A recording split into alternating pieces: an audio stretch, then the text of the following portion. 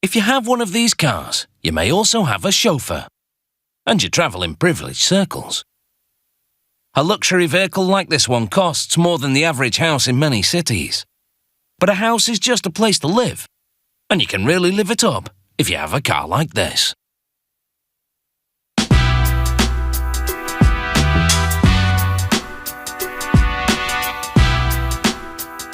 As long as there have been cars, there have been models that go the extra mile when it comes to perks and performance.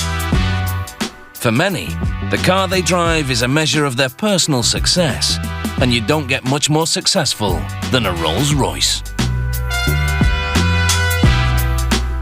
These cars start with a hand-welded aluminium body shell that's rigid yet lightweight.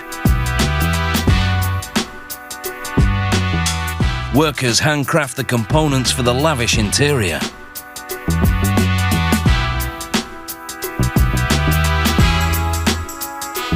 This gadget stitches wooden sheets together with glue. The veneers have been cut from the same piece of wood. They match the grain, so each side is a mirror image of the other. The technique is called book matching, and the look is seamless luxury.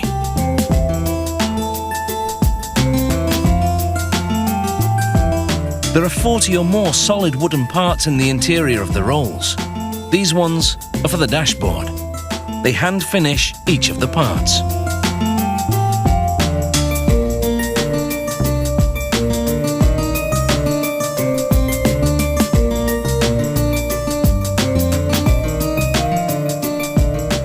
They polish the wood with special paste to enhance the grain.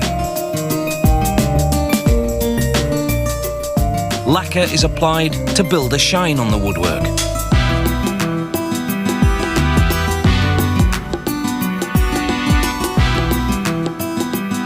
They scrutinize the leather and mark any defects. They'll work around those blemishes, so no imperfections will be visible on the interior upholstery.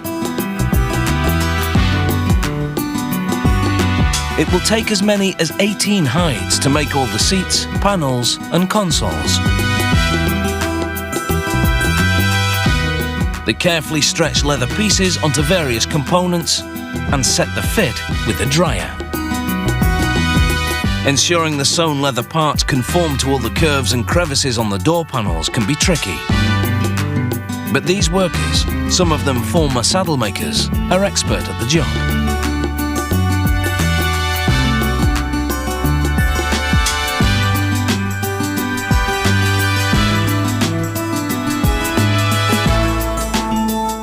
They mount the upholstered leather parts to the car and secure them tightly with screws. They fit handles and control panels into the tailored slots.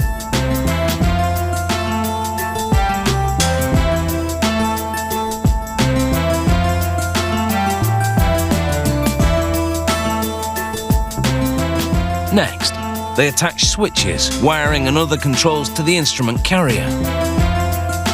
This framework has been crafted from a single piece of magnesium, so there aren't any squeaky joints.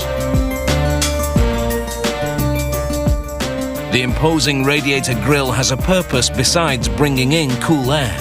It houses the signature hood mascot and its automated platform.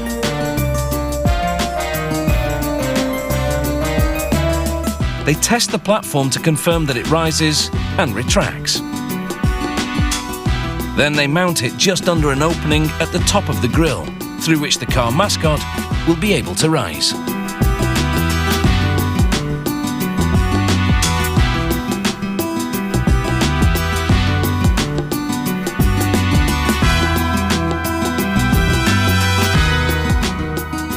They check the spacing around the cover for the opening to make sure there's enough room for things to run smoothly.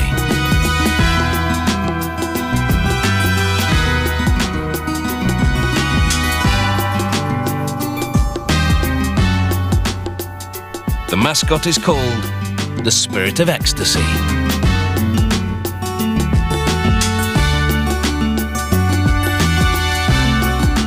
With the mascot in proud position, they're ready to assemble the mechanics of the Rolls. So stay tuned.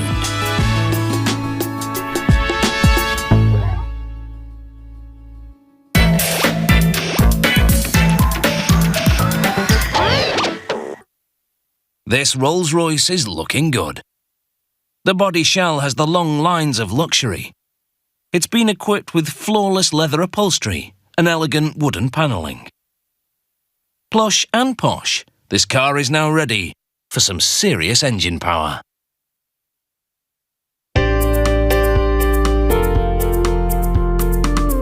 It's bumper-to-bumper opulence at this factory as these cars queue up to receive their engines. They install soundproofing material on the floor of the car to muffle engine noise. Then they run the wiring loom along the length of the vehicle. This is the nervous system of the car. It transmits huge amounts of information to help run the engine, transmission, even the car's entertainment system.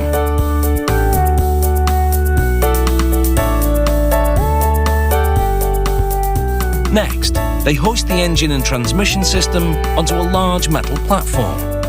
This V12 engine has 400 plus horsepower.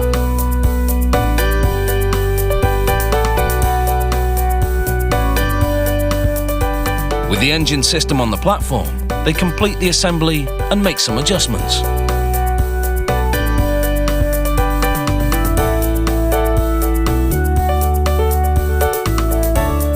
It's time for the engine and car body to become one. They call this the marriage. It's a dramatic sight as the platform rolls the engine down an aisle to be joined in mechanical matrimony. The platform lifts the engine into the cavity of the car.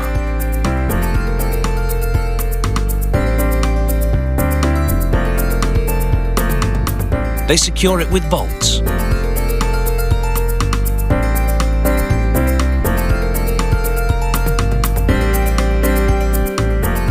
They lower the platform and it retreats to receive an engine for the next car. They double-check the installation and mark parts with yellow to confirm they've been fitted. The engine is now installed. It's time for this car to move on to the next steps. They mount the instrument control panel to the dashboard and cushion it on top with upholstered leather. Next, they fit the veneer panelling around the dashboard controls.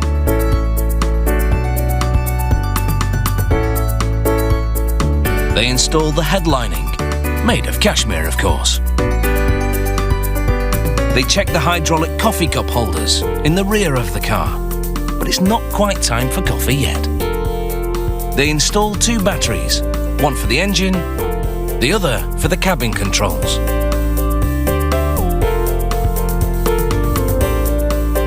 They fasten a rocker cover to the engine to stifle any noise.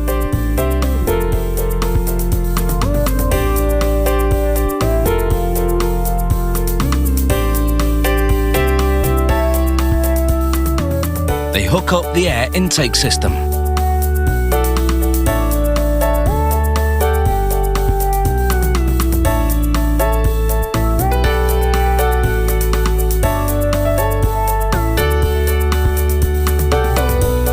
There'll be no fingerprints on this windscreen.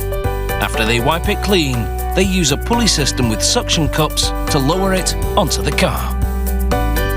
They tape it to allow the adhesive to set and measure it to ensure a perfect fit.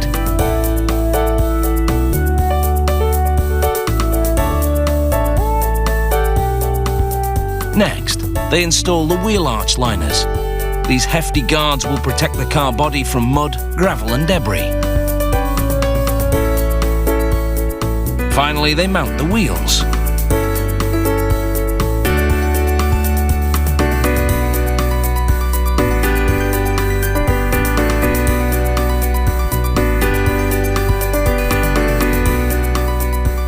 It takes several weeks to assemble a Rolls-Royce, compared to the day or two it takes to manufacture an ordinary car. That's why one of these will set you back a princely sum. This car is ready to roll with the high rollers.